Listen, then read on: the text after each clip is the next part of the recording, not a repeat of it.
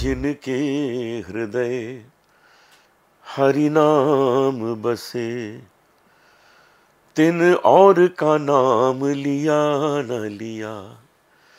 जिन मात पिता की सेवा करी, तिन तीर्थ व्रत किया न किया। वाह जी।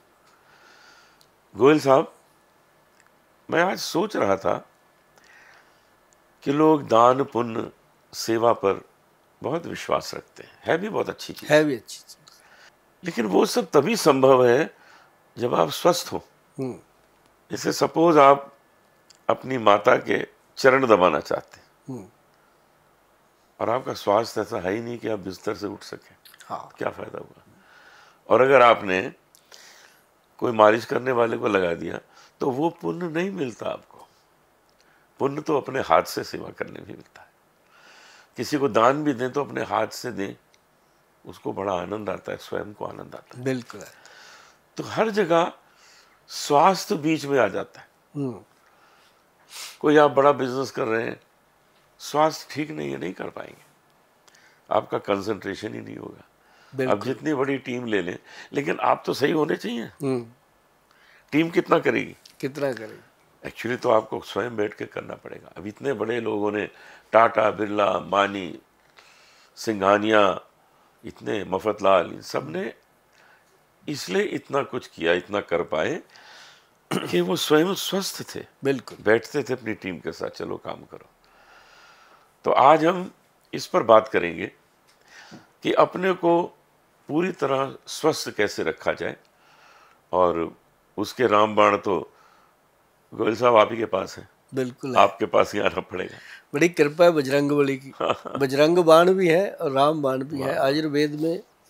जैसे ना आपने देखा होगा, आप तो खैर भजन सम्राट अनूप जलोटा जी क्या कहें कि राम जी के नज़दीक हैं, सब कुछ है, कृपा है प्रभु की।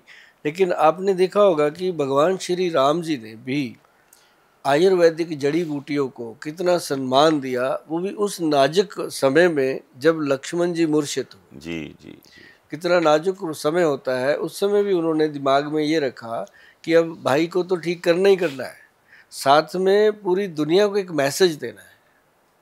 और वो उसके लिए देखो उन्होंने बजरंगबली जी को चुना, और वो वैद्य जो उन्होंने चुना, देखो कैसा मैसेज है इसमें कि वैद्य जो उन्होंने चुना वो लंका का वैद्य। हाँ, देखिए ये कमाल। रावण की लंका का वो मतलब जिसे हम कहते हैं कि पर्सनल वैद्य, जिसे हम कहते हैं कि घर का वैद्य, उनका वो राज वैद्य था लंका का, तो वो चुना गया।